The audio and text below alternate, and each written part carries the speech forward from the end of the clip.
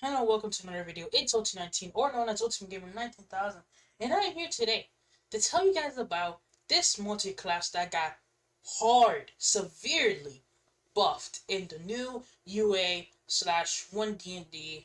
So yeah, let's get right into it. This multi-class I'm talking about is the Monk Rogue, or like the Ninja multi-class people like to call it.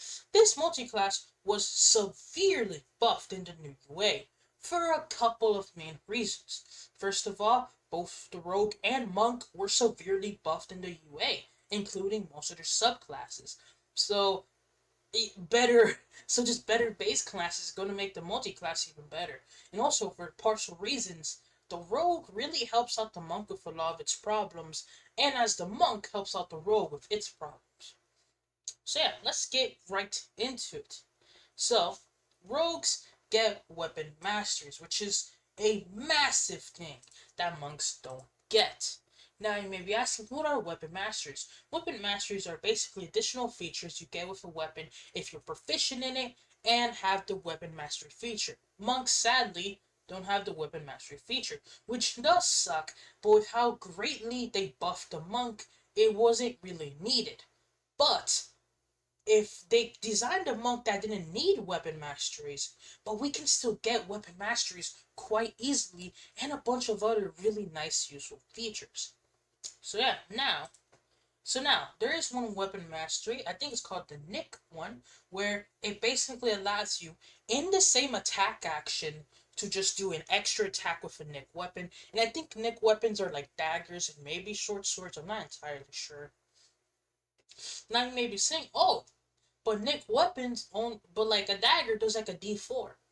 Well, daggers are monk weapons, because any a monk weapon can be any simple melee weapon and martial weapons with the light property. And a dagger is a simple melee weapon. So this basically allows the monk to make a D4 little dagger that isn't supposed to be at, because the thing with the Nick property is it was intended to be made to just let a player do an extra d4 of damage, which isn't that severe. But when you put it with the monk, you can have every turn just an extra d8 amount of damage, or another chance to stunning strike, or another chance to land sneak attack. Which really, I think, is the main reason why this mode is so powerful, and also for other reasons, of course. But overall, you may be asking, why not pick the fighter with the monk? Fighters get weapon masteries, get action surges. Yeah, and yes, that is also really strong. That's also really strong multi-class too. But that one's really combat oriented. But if you're doing the monk rogue, this one's more utility based. So if you want an overall more consistent character when it comes to every tier of play, I think the monk rogue or the ninja build is generally better. Because I would recommend starting off as a rogue at least. Mm, I think one level of rogue and then get into like at least 5 levels of monk, 5 to 6 levels of monk, then probably the rest into rogue. Because the thing is with this multi-classes, there are many like different faucets you can go at it, and it really depends on what subclasses you're picking. Because, for example, if you're doing something like the Mercy Swashbuckler build, which is the Swashbuckler Rogue and the Mercy Monk, really, in reality, with the Swashbuckler Rogue feature, we're only using fancy footwork to be able to disengage from any creatures we hit, and the Rockish Audacity to be able to get sneak attack easier. Because unlike the Shadow Assassin, we're not able to generate advantage like it's nothing. But still, being able to get Rockish Audacity easier and being able to get sneak attack easier in general is really nice. And also with the Mercy Monk, you kind of want the 11th level feature, so that's why I recommend taking more monk levels, because the 11th level feature is just really strong. It allows you to use your Hands of Healing and Hands of Harm completely for free. You don't have to waste key points on them, which, even then, the new UA monk it has more key points than it originally had. One of the main reasons why the Rogue Monk multiclass was so strong is because rogues could dash and disengage, and I think dodge. Oh no, they could hide, they could sneak completely for free as bonus action, which monks couldn't. But now since monks could, you would think that would kind of like nerf the overall multi-class, but it really doesn't. Because yes, that was a big pillar of it, but now since rogues have weapon masteries, it's just so massive that that feature is available. You know. And another really good multi-class I really want to get into because I feel like its potential, I haven't heard much people talk about it, is the Warrior Shadow Assassin Rogue build. Overall, I think this build is probably one of the more stronger builds, and overall, I think a really big reason why the monk can play with the top tiers, in my opinion. So now you may be asking, what does the Assassin Rogue get in the new UA? Well, they get Proficiency in Disguise Kit and Poisoner's Kit, which is pretty nice, but they also get the Assassinate feature, which gives us an advantage on initiative rolls, which monks usually have a good initiative because they're dexterity-based characters, and we get Surprising Strikes. During the first round of each combat, you have advantage on attack rolls against creatures that hasn't taken a turn. If your sneak attack hits at any targets during that round, the target takes an extra damage with the weapon's type equal to your rogue level. So now, this second feature really isn't that impactful for at least this build, but that first feature is absolutely massive. Because if you didn't know, Warrior Shadow got a huge buff. We're now allowed to see in their own magical darkness, and allowed to cast darkness as a bonus action, but still do their bonus action unarmed strike. Because in UA8, the bonus action unarmed strike is not tied to taking the attack action, which was a really big reason why the Warrior Shadow Monk was kind of meh. Because yes, you have to cast darkness, but as your bonus action, you couldn't weaponize your bonus action. But now you're completely able to weaponize your bonus action. So, on the first turn of combat, you're now able to get your way shadow up, your darkness up, which makes you way tankier. Basically, if your enemy doesn't have dark vision, you have permanent disengage on you for the rest of the fight, which allows you to save key points if you're doing Flurry of Blow, and not Flurry of Blows, my fault, Step of the Wind, because you can take the dash action as bonus action as a monk completely for free now. But if you want to dash and disengage, you have to spend one key point. But now, since you permanently have that darkness up, you're probably going to be one of the first people in the combat to get their turn. You're allowed to just throw your darkness up first round of the combat and can permanently disengage from every creature unless they have blind sight or dark vision. Magical dark vision too, not standard dark vision, which is extraordinarily broken because it helps the monks and rogues lack of defense, and the monk is very mad or multi-ability score dependent, meaning that they may have a bad constitution, and not every monk and not everyone wants to play the most standard optimal build. Not every monk wants to have a zero charisma because charisma is pretty damn important. Charisma is a very important in stat in D&D, and yes, you may have any more other charisma characters, but you're not guaranteed to have other charisma characters. Also, charisma saving throws are very rare, but the times that they do come up, a lot of characters are kind of paralyzed by them. So now, being able to get a very heavily defensive feature completely for free, basically, is insanely important and a massive buff for this rogue, which is why I think the Assassin Shadow multi-class is so damn good. Now, and honestly, those are just the first level, those are just the third level features.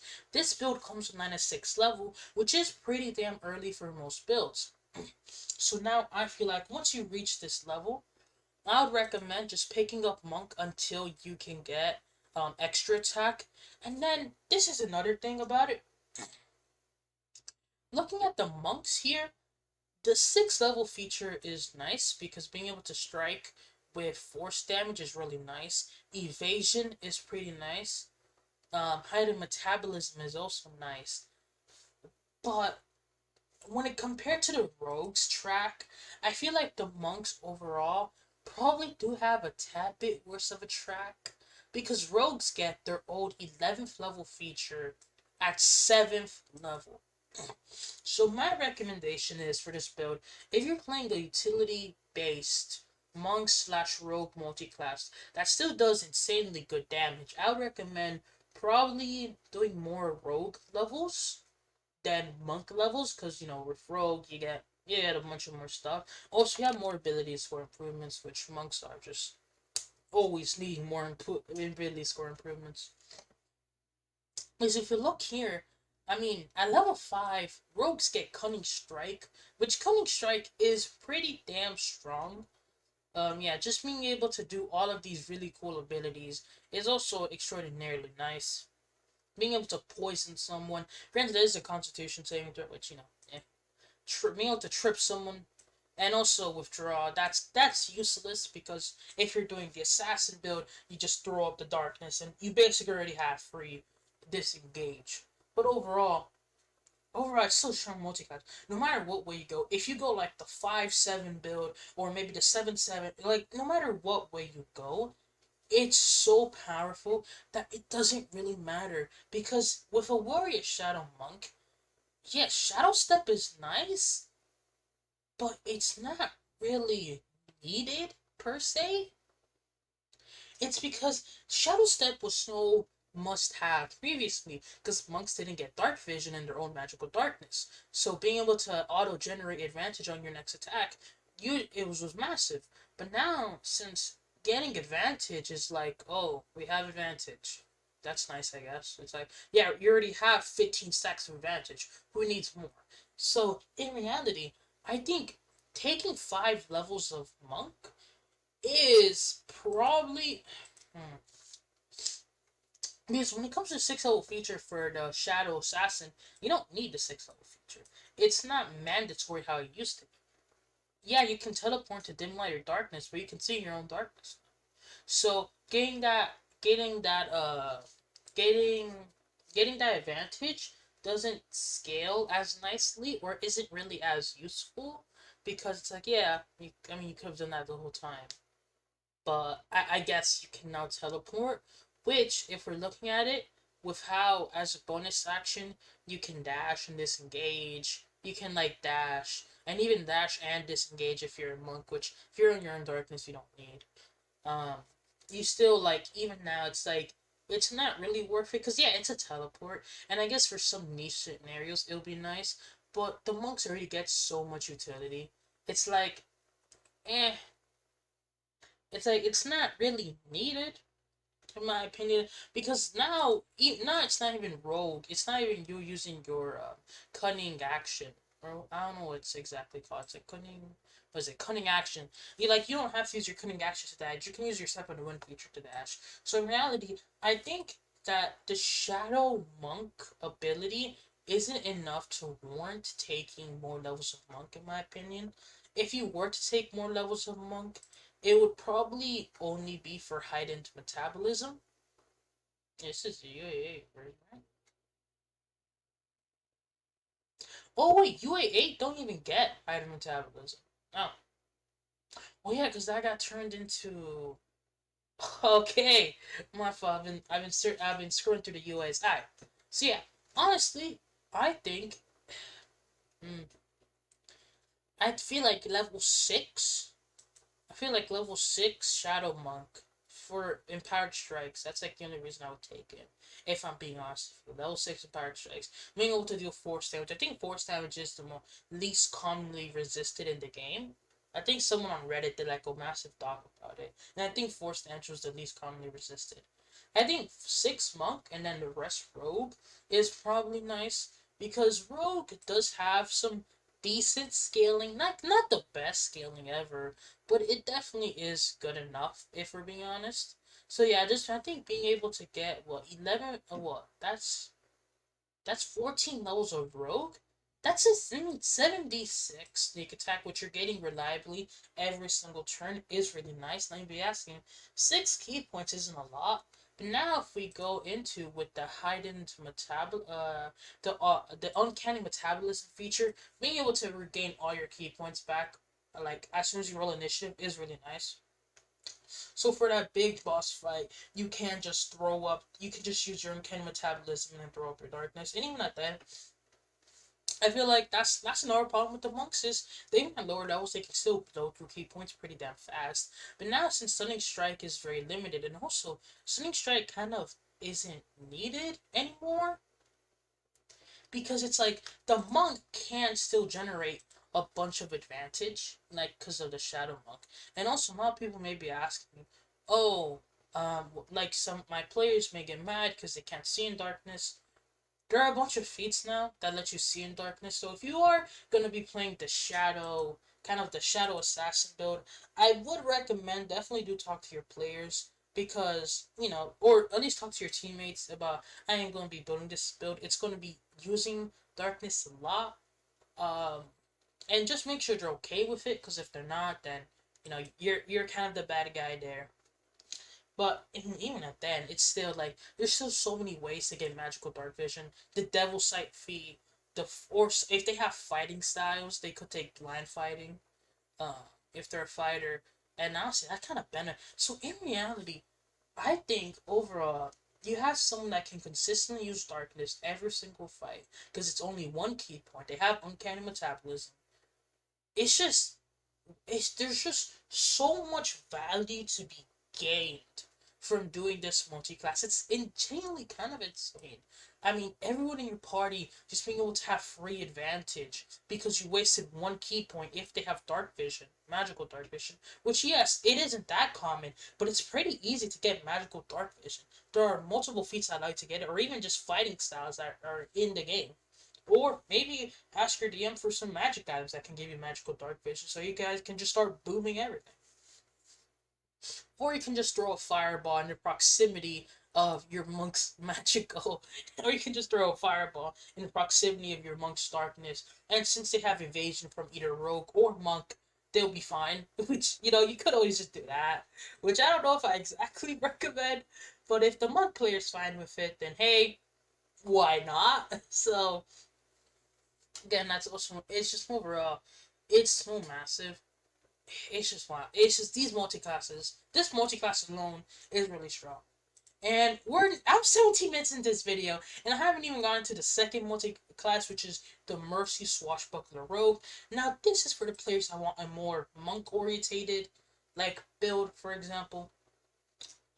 Okay, yeah, we're not. Okay, so the UA 6 monk, I'm gonna just close this because we're no longer needing it. Because the way the Mercy monk is now, is not getting changed. And that's honestly exactly fine. The way of the Mercy monk has been indirectly buffed since we need less key points to function, so we can use Hands of Harm and Hands of Healing more often, since we need less key points to function. So overall, what makes this build so good is kind of what makes the Shadow Monk really strong too. Just being able to, well, get sneak attacks easier than usual, and the fact that Mercy Monk is overall just one of the better monk subclasses. It allows for good healing and for some pretty nice extra damage. And with Sneak Attack, it also provides some pretty nice extra damage.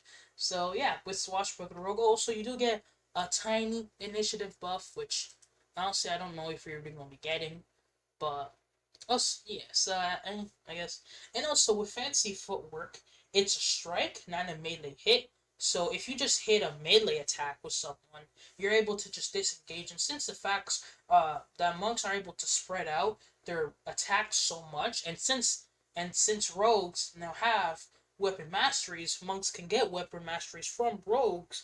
It's just it allows you, even if you're surrounded by like five enemies, you probably have enough attacks to just be able to attack them all once, then just book it out of there. Which is again super extraordinarily strong.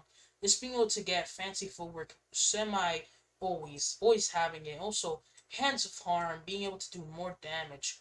But the real reason why I would recommend taking Mercy Monk, more levels of Monk, with this build is because looking at the Swashbuckler Rogue, yeah, Punish is nice, I guess.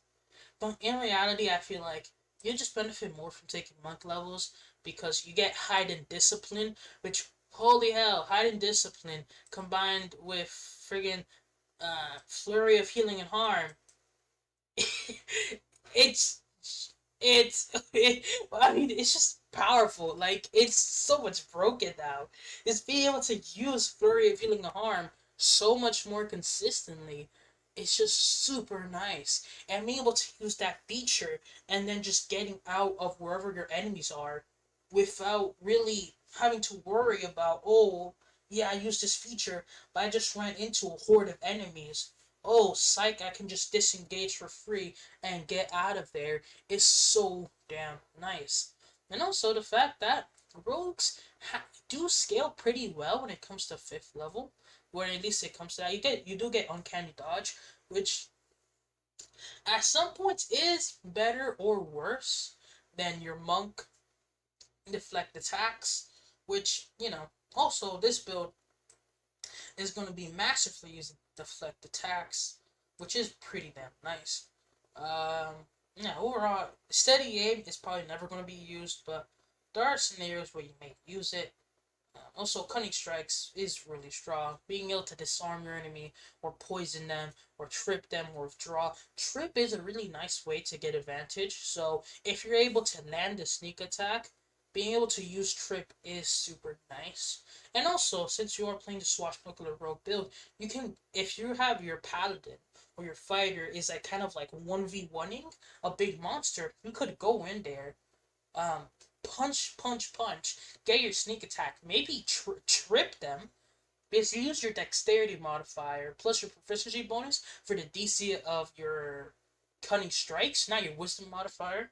So you're able to punch, punch, punch, maybe even trip them, then able to get the hell out of there. And then your paladin or fighter is able to just wail on them, doing too much damage. Because yes, Great Weapon Master did get nerfed, which I will be covering, like what got majorly nerfed and buffed in the new UAs. That'll be another video. They're still able. I mean, paladins still can smite. Fighters can still do 5 trillion attacks in return. So at the end of the day, it's like a.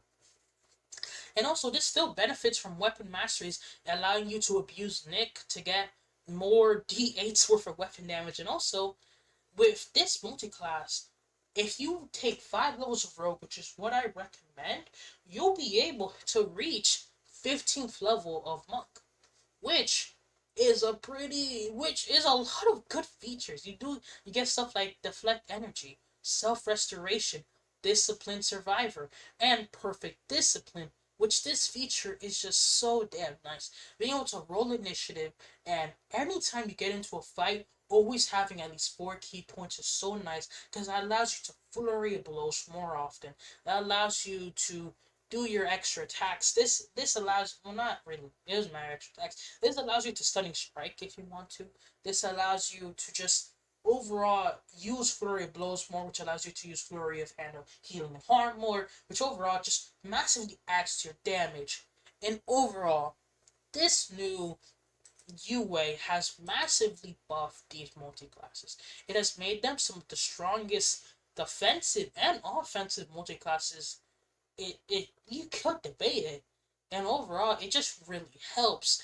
And they give you access to 2 playstyles, more like utility based rogue monk and the more offensive based rogue monk, and both of them are still good at utility and attack. It's just one of them is extraordinarily good at the other one and still good at the other one, which is still insane. They buff their utility and attack potential with these multi-classes, which genuinely just it completely blows out the water what this multi-class used to be able to reach. And now you may be saying, missing out on the monks' body and mind feature does suck. Yeah, it does, but I mean, being able to get so much utility is just like it's turning in utility for power, which I mean, this monk is already so damn strong. There's like no need to make it even stronger. I mean, you're already getting sneak attack consistently, which is an extra 3 to 6 amount of damage. You're already able to friggin' get basically disengaged for free. You're able to use your Wave the Mercy, Hands of Harm trillions of times. This build's already strong. It's like cool. We lost the plot at this point. This build doesn't need more dexterity or more wisdom to be even more powerful. Or if you're doing like a weird campaign that goes to like 25th level, then you're even more set, because you're just able to get both this and your DCs can just go. This build overall, it comes pretty insane very quickly when you actually start to read into the abilities and how well they work together. But yeah, that's all for today's video. I hope you guys did enjoy it. Make sure to like, comment, and subscribe. And overall, tell me what you guys want to see next. I am changing up the formula a little bit with my new videos because I'm seeing that my subclass review videos aren't doing as well as I hoped, or not doing as consistent. So I'm trying out new formats to see if this does better. But yeah, that's it. Ond Dnd signing out. Peace.